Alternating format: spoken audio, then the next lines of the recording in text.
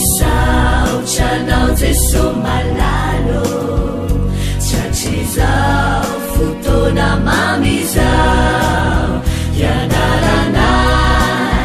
antongotrao izahay izay mpianatrao koambitenenare jeso malalo izahay iaino tsaranao ka irote niavy aminao itoetsapetsakao amponaya koambitenenare jeso malalo izahay iaino tsaranao ka irote niavy aminao itoetsapetsakao amponaya irote niavy aminao itoetsapetsakao amponaya.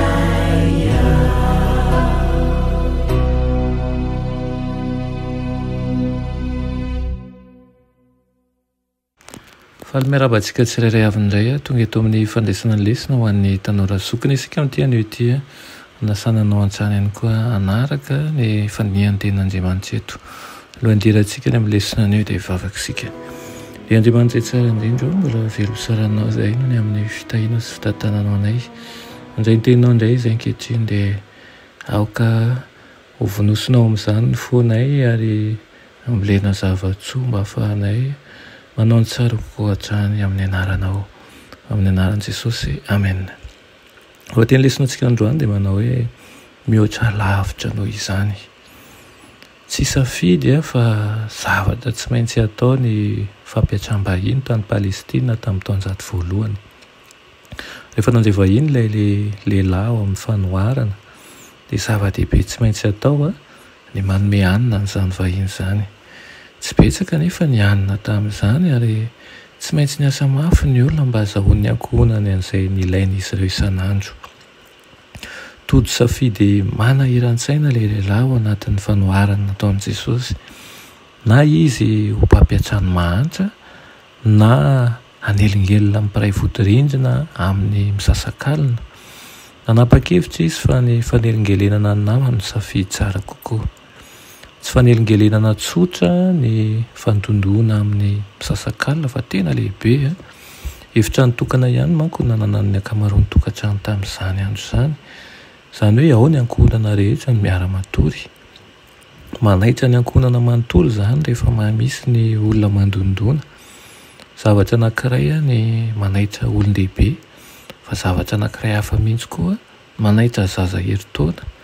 ary tsy mahagaga raha nanomboka ny fangatahany tamin'ny teny hoe lisakaiza ilay lehilahy na dia voahelingelina aza ilay mpiray vodirindrina aminy dia nanome azy mofo ihany noho ny fiangaviany tsy te ho velingelenina tsony koa manko izy anao ahoana moa ianao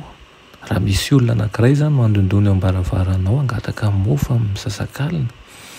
dia toy izany ve ny tokony ho fahatsapahantsika rehefa manatona an'Andriamanitra moa ve isika manelingelina azy amin'ireo tsy pirihany zavatra kely amin'ny fisainantsika amin'ny fiainantsika so ihany fa tsy mba tahaka an'izany Andriamanitra mazava ilay tantara ray manontolo rehefa takantsika fa tsy fampitahana ilay fanoharana fa fampifanoherana raha tokony hantonina mba azahoana mofo ny mpiray vodirindrina iray tsy dia mazoto loatra ny hanome an'izany moa ve tsy mihoatra lavitra noho izany ny tokony anatonantsika an'Andriamanitra mba azahoantsika ny zavatra izay tiantsika atolotra antsika hitantsika eo amin'ny lioka 1:10 ny hoe tsy mainka va koa ray anareo na dia ratsy azo izay izy mahalala nome zavatra ho an'ny zanakareo tsy mainka va ny ray izay any an-danitra no hanome ny fanahy masina ho an'izay mangataka aminy tiany Jesosy nipetrahantsika eo amin'ny toeran'ilay lehilahy nila mofo tiany Jesosy nipetrahanao eo amin'ny toeran'io lehilahy io raha nanana fahasahiana nangataka mofo tamin'ny sakaizany tamin'ny sasakalina izy dia mihoatra lavitra noho izany tokony anatanteranao amin'ny fitadiavana ny fanomezan'ny lanitra noho izany aza misalasala fa aoka tokoa ny fangatahantsika ho ampinoana sy tsy fisalasalana fa atoko tokoa fa Andriamanitra dia miaino antsika ary manome an'ireo izay tena ilayntsika. Amen. Ry tompotianay io mbola misaotra anao izay ny amin'izany teninao izany. Mangataka aminao izay voleo anatinay ny fahasahiana,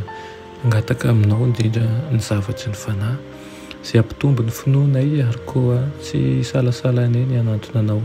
indrindra amin'ny maraina ianao. Ampianaro izahay amin'ny alalan'ireo fanoharan'ireo ahatsiaro mandrakariva indrindra ny fitiavanao, ny ifandray aminay, aoka ny fahotanay izay efitra mampisaraka anay aminao any fohananao amin'izany. Amin'ny anaran'i Jesosy. Amen.